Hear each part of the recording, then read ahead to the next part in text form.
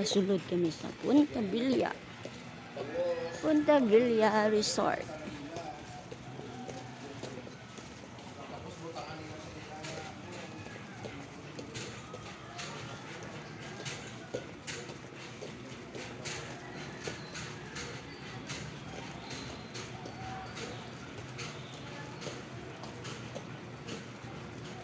Entrance.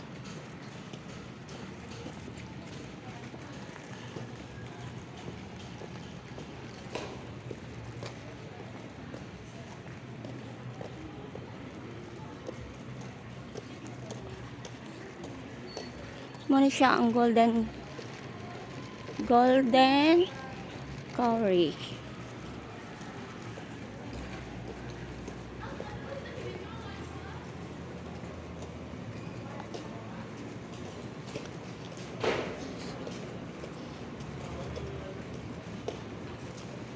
Crown Hall, diri sa babaw. Ang Crown Hall, diri sa babaw.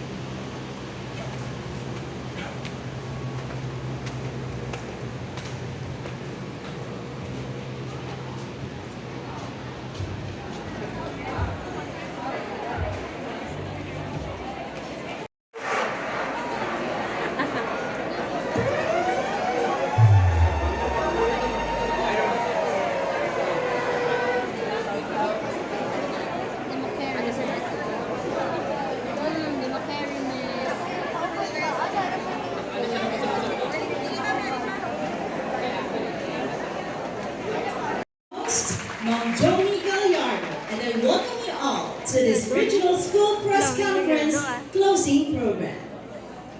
The price of success is hard work, dedication to the job at hand, and the determination that whether we win or lose, we have applied the best of ourselves to the task at hand.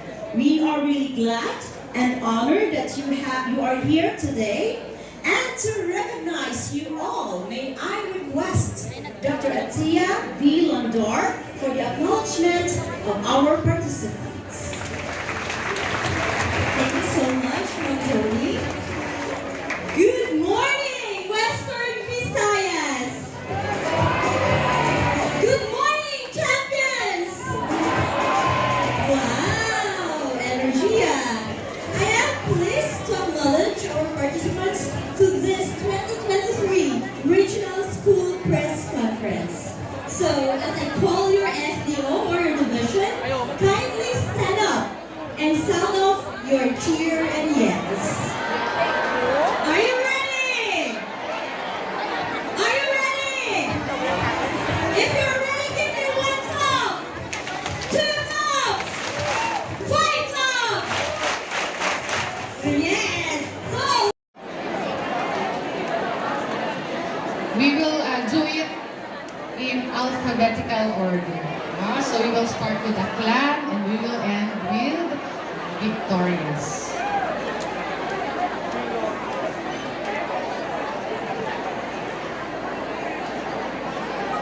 Okay. I will count down from 10 so that we will make sure that as the others are also sharing their cheer or yell, we could also listen to them.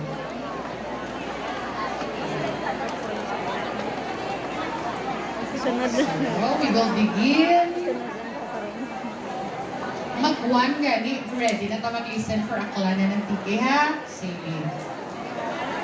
We will begin in 10, 9, 8, 7, 6, 5, 4, 3, 2, 1.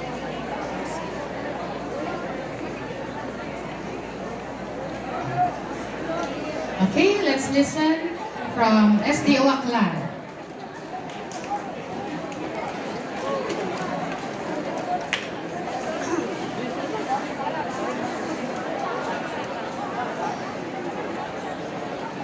Huwag man tinugot-tunog. No? Ang damo lang to karon eh. Ang damo Okay, lang begin. to karon.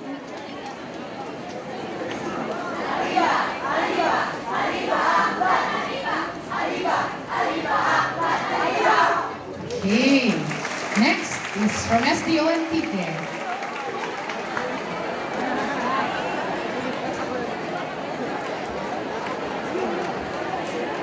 5, 6, 7, 8. Ari na, nagabaga-baga, nagaaso-aso, hat-hat kaayo, Antique!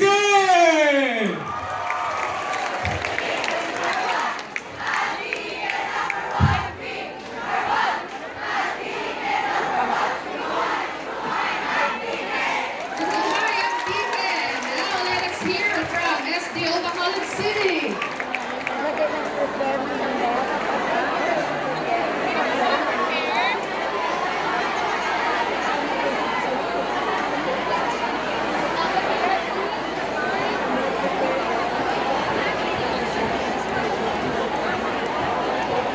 Okay, SDO Bacolod City in 5, 4, 3, 2, 1.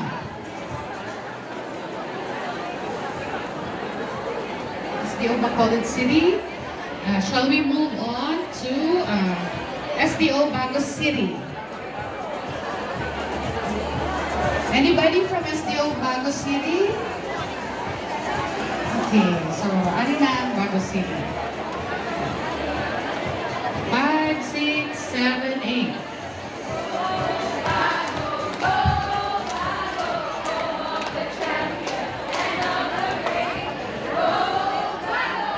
Go Bago! And now let's hear from SDO Cadiz City.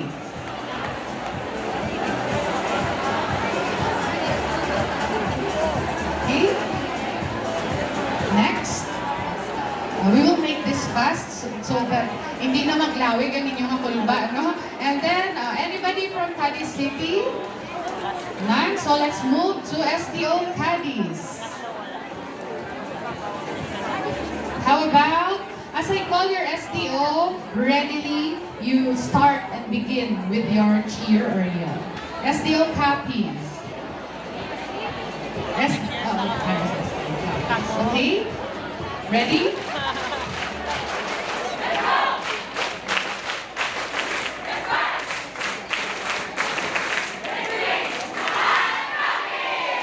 Capiz. Wow. And now let's hear from SDO Escalante City.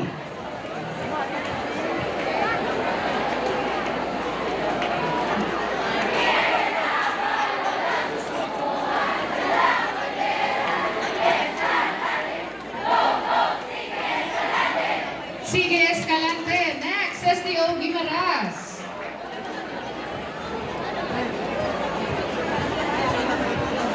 Okay, in 5, 6, 7, 8.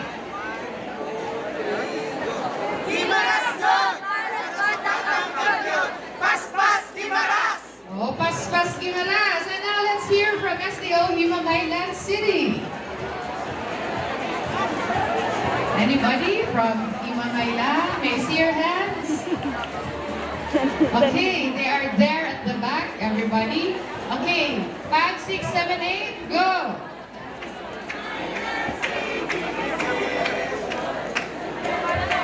Ready, Iloilo.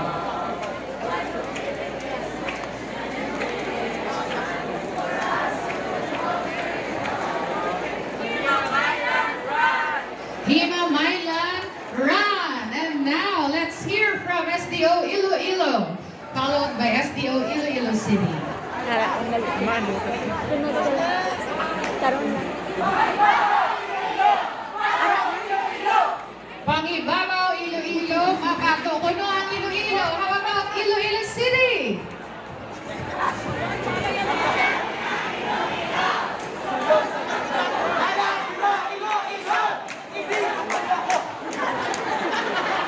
And the Dinagyang fever goes on and on with Iloilo City. And now let's hear from SDO Kabangkalan City. Up next would be La Carlota. Kabangkalan City In 5, 4, 3, 2, 1.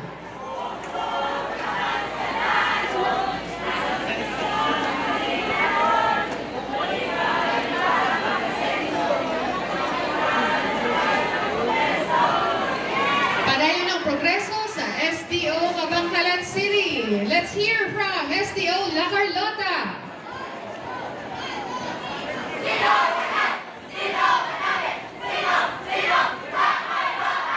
O, sa kanto ng La Carlota, how about Negros Occidental SDO?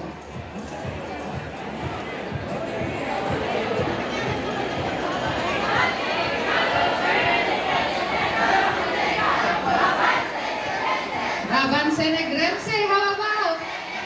Oh, naga-resound, naga-echo. Let's hear from SDO Pasig City.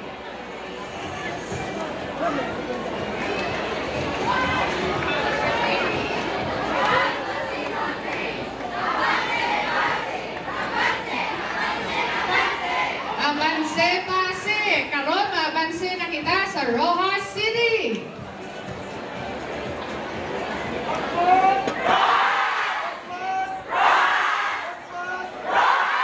Padayon sa pagwaswas sa SDO Rojas City. Let us hear from SDO Sagay City.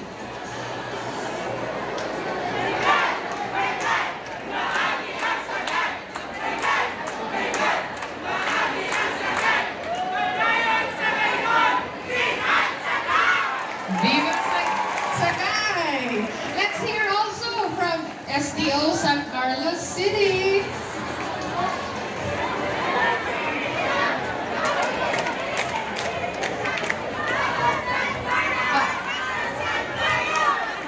Vamos San Carlos! How about SDO Silay City? Can we hear something from you? Yari na ang mga Batamis ngayong sa mga silaygon! 1, 2, 3, go! Lay, lay, lay, lay.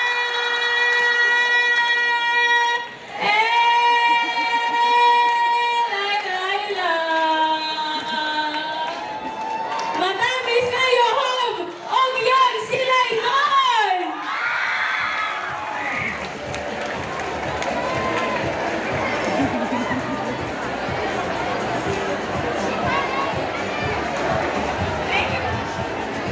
Let's hear from Sipalay City, and of course, that would be followed by Victoria City. Now, let's hear Sipalay City.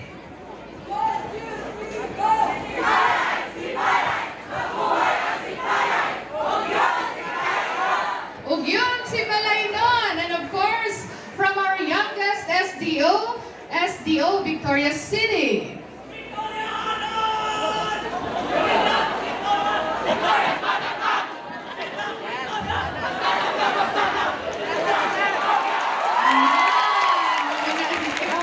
Malayo, matunog.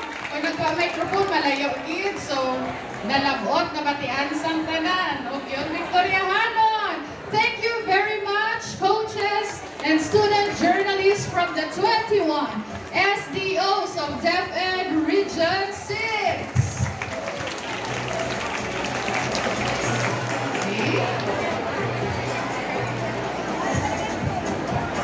You probably noticed that our regional director is not around in person.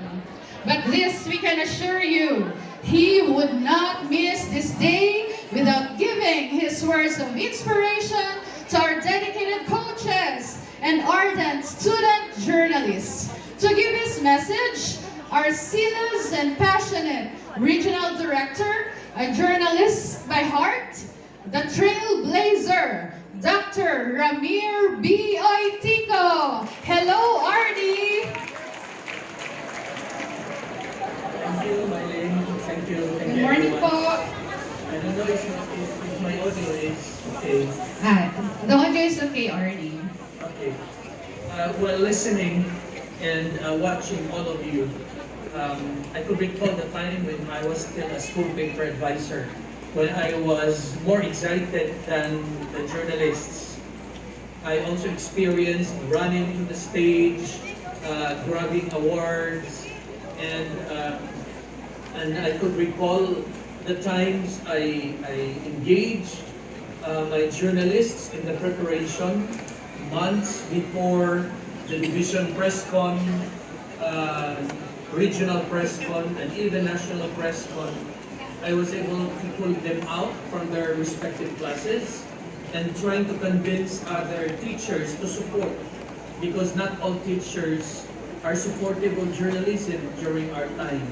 They were not able to understand the importance of the skill, the importance of journalism in the lives of our students. So I needed to convince them, I needed to negotiate, I needed to convince my former principal to really support and to look for funds in order to send our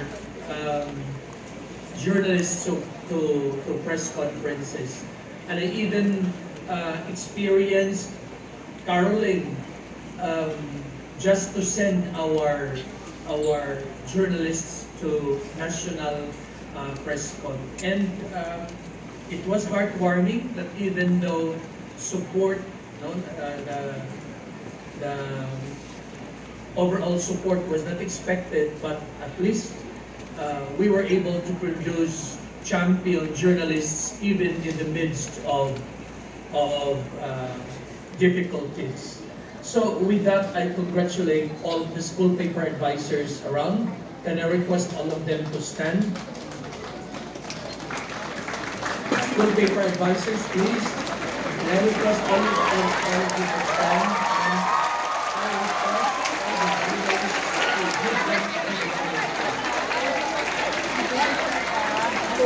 School paper advisor. Ikaw the na reason why I requested the journalists to really give recognition to the school paper advisors, because it's no joke to be a school paper advisor. As what was shared by me a while ago, I spent a lot of time to just to coach, to nurture, and to prepare all my journalists. And I was able to produce division, regional, and national winners. But I could still see journalists walking there. Kung hindi kayo makinig sa akin, hindi talaga kayo mananalo.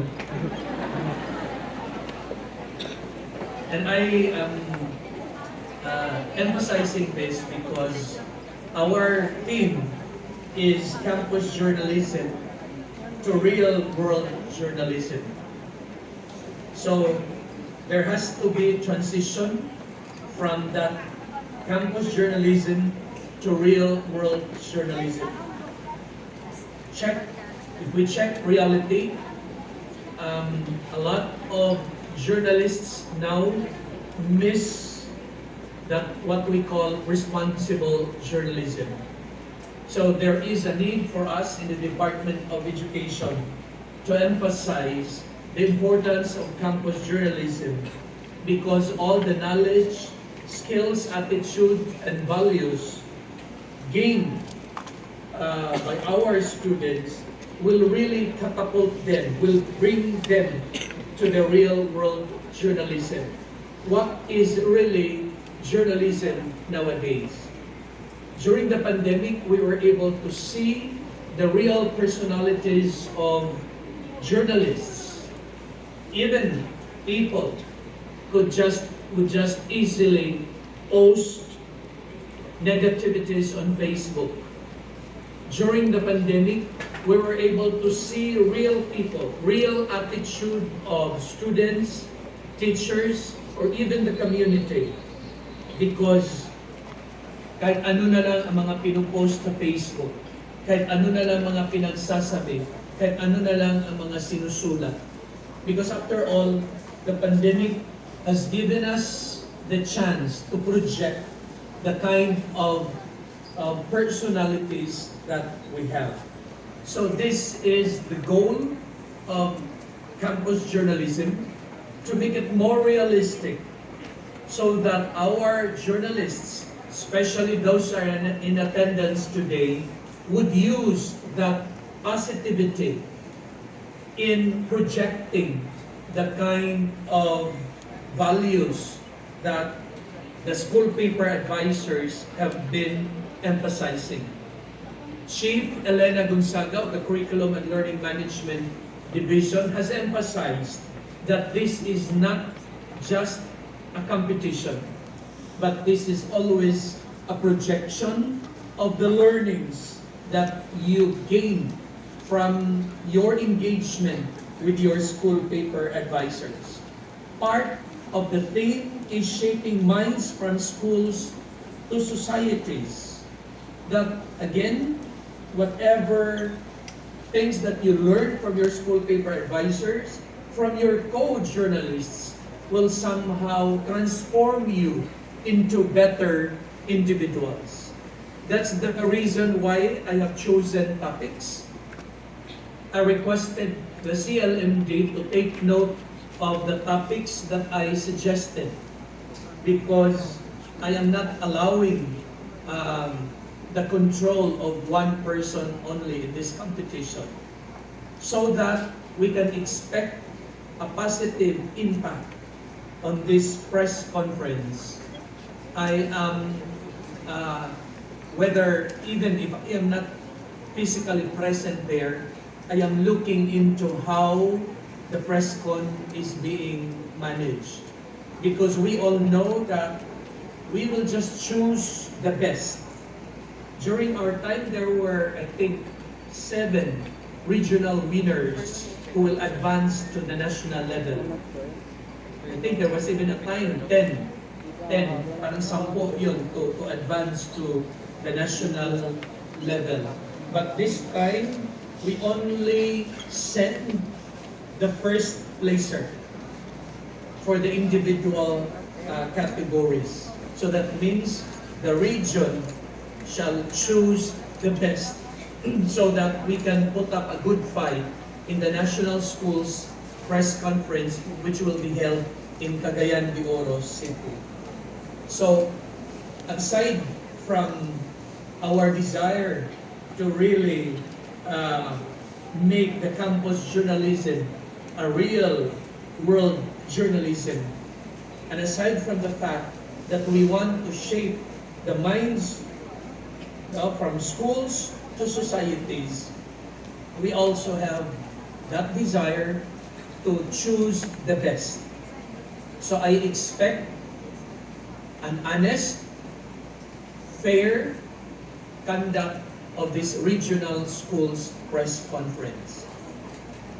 I have suggested topics, and as of now, there is only one person who knows some topics, and it is Mr. Celestino Dalumpines, the fourth. Even if I am not around there, I am looking into how we can project fairness, honesty in the conduct of this regional schools press conference. I don't want the complaints will be filed after the conduct of the press con. And I hope our school paper advisors would be contented on the results and not use the Facebook in flooding, in commenting on the conduct of the press con. Again, whatever activities that we have in the Department of Education, it is always preparing our students so that when they will be there under the heat of the sun, when they will be there participating in the community activities, they will recall how we prepare them to make them more prolific, to make them more productive, to make them more responsive, not reactive. So again, this Regional Schools Press Conference is a vehicle for personal transformation of the coaches, of the learners, and not that this will be a vehicle for everyone to be bad, for everyone to be reactive. So whatever the results would be, I hope our school paper advisors would take them as a challenge so that they can further whatever preparations, whatever knowledge, skills, attitudes, and values that they have, they can further that for next year. And for the winners, you don't need to settle. You don't need to rest. You don't need to rest because there will still be a national schools press conference. So after the regional schools press conference, I challenge the winners. I challenge the champion school paper advisors to prepare, to engage their winners, and it will be a more challenging endeavor because our winners in the region will compete with the rest of the winners in the other regions. So again, I request everyone to be responsive, not reactive.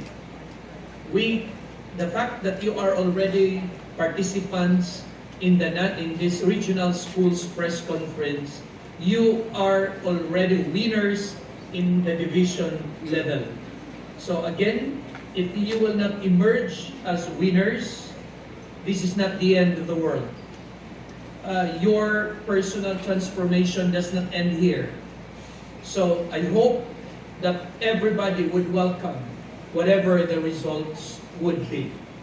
So I just want you to be grateful to your school paper advisors because not all of the students in your respective schools are participants in this regional schools press conference. So you should thank them. You should congratulate them. And school paper advisors, I want you to take care of our journalists. Dapat patuloy yung pag-aalaga sa kanila. Because I could see a big number of participants now. So this has become our output. But what will happen to them after their participation in this regional schools press conference is our outcome, is your outcome, is the outcome of the RSPC. So yun ang aabangan ko, ano ang mangyayari sa ating mga kabataan after their participation. Anong attitude, ano ang mga values na natutunan ng ating mga school paper advisors. Yun ang gusto kong aabangan. It is the outcome, not only the output. We have been claiming that this is the home of the champions. I hope that this conduct of regional schools press conference will produce more champions, not only in the journalism skills, but champions in character, champions in competence, champions in courage, and champions in compassion, rolled into one. So that has been a challenge to all of you, and challenge ko talaga yung personal transformation ng ating mga kabataan.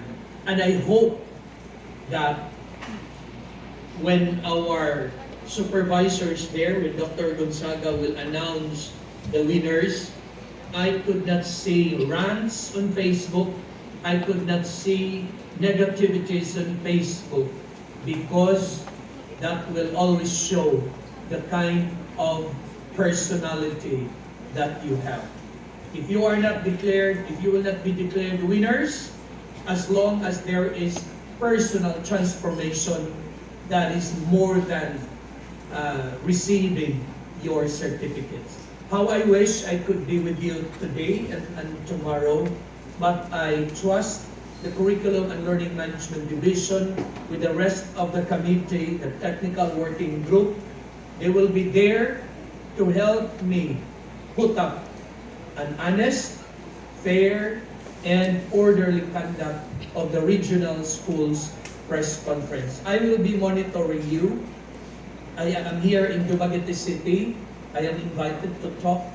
I am invited to engage our association of Philippine schools overseas. So I'll be having my talk this afternoon, so I need to prepare. I will not make this speech long. I wish everyone good luck. And this is now the meeting of public and private schools, and we don't label them anymore. We belong to the home of the champions.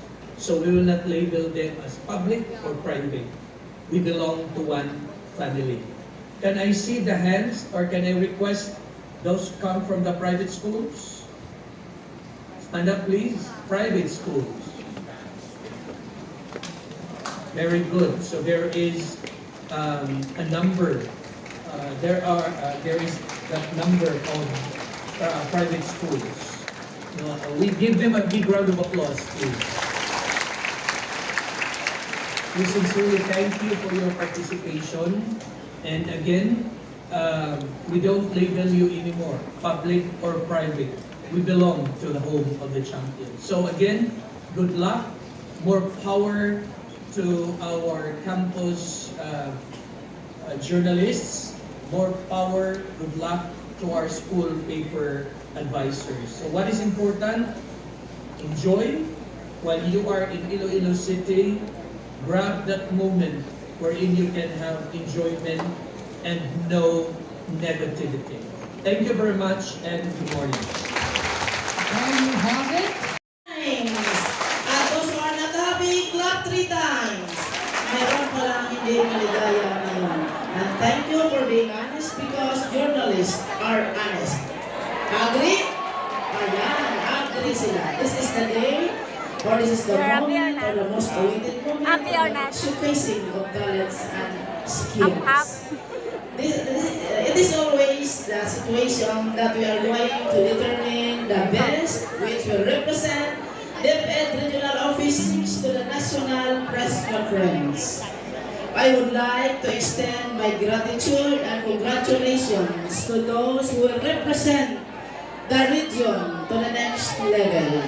At the outset, I would like also to congratulate those who cannot make it today because if you are not here in this video, we cannot declare winners or champions. Agree? Yeah. So mga winners, it is time for you to say thank you to your opponents, for your competitors. Because if they are not here, you cannot garner the awards. So let us clap to those who cannot make it this morning. Sila yung pinaka-importanting tao ngayon. And of course, those who are winners, advance congratulations. You know, if you are winners, you have more challenges. Likewise, if you are not winner, it is not the end of the day. It is not the end of the game. You have more opportunities for improvement. Marami yung challenges and opportunity of the non-winners to the champions. Although both have their talents and skills, but we are going to scout the best because we are the home of the champions. And I would like to appreciate the command of the coaches that all the participants sustain their energy, their enthusiasm, and their presence in this hall. Yesterday, during the opening program, ganito rin yung setup. May mga standing ovation. That's why I'm proud to speak before you na kahit hindi maganda yung speech ko, may naka-standing ovation pa rin para sa akin. Hindi ba?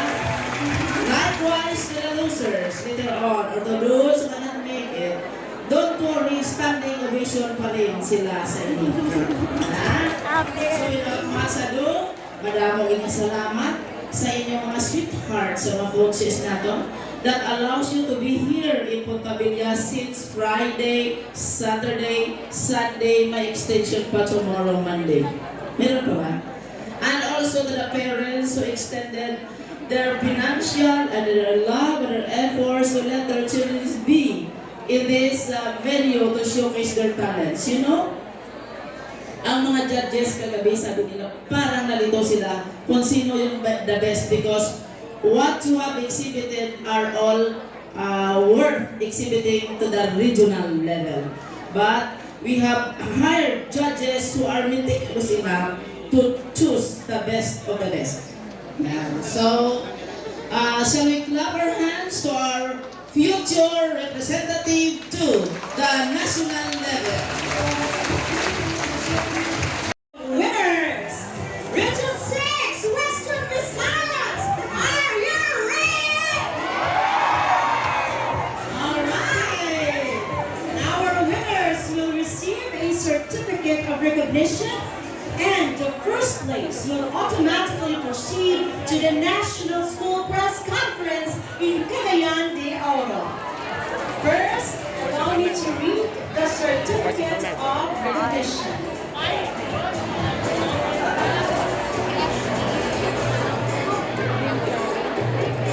Department of Education, Region 6, Western Visayas, Certificate of Recognition is hereby given to during the Regional School Press Conference on June 24 to 25, 2023 at Punta Villa Resort Incorporated, Arevalo, Iloilo City. Given this 25th day of June 2023 in Iloilo City, Philippines. Signed, Ramir B. Oitico, EDD, CESO 3 Regional Director. May I request our Chief Education Supervisors and our Education Program Supervisors to please award the Certificate of Recognition to our winners.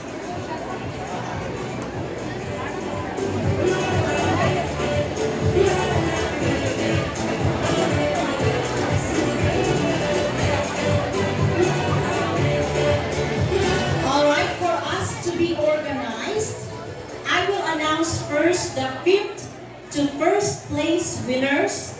And then, once na nandito na lahat ng mga winners sa side, all together, they will come up the stage and will take their pictures. Para mabilis po tayo. Sabay-sabay ang pag-take ng pictures.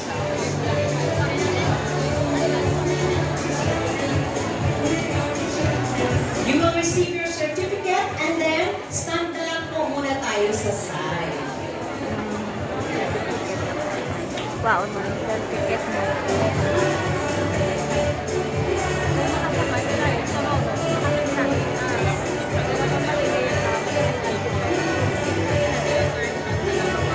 Winners and coaches. Winners and coaches po tayo. We will start with the group contest.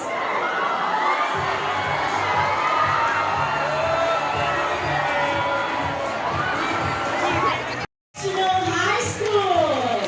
Congratulations.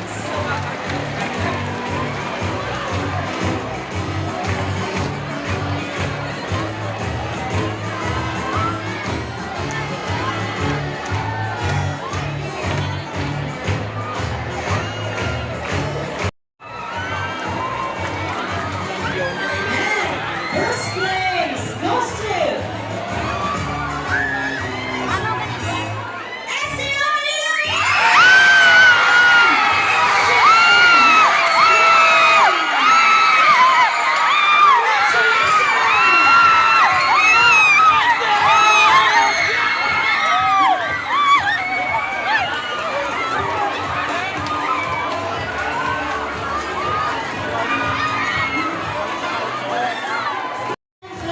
here.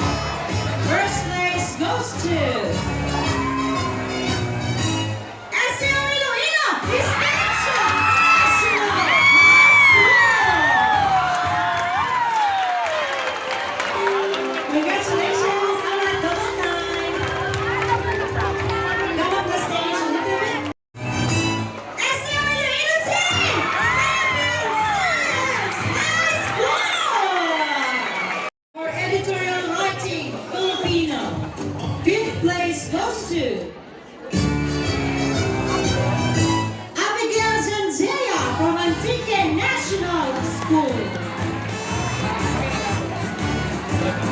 Fourth place goes to Lem CJ Gaborde, Faber Christian University.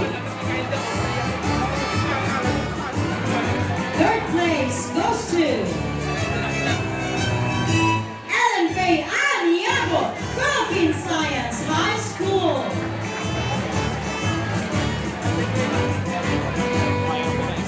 Second place goes to Miguel Borge Antinado from Scott Integrated School, Iloilo City.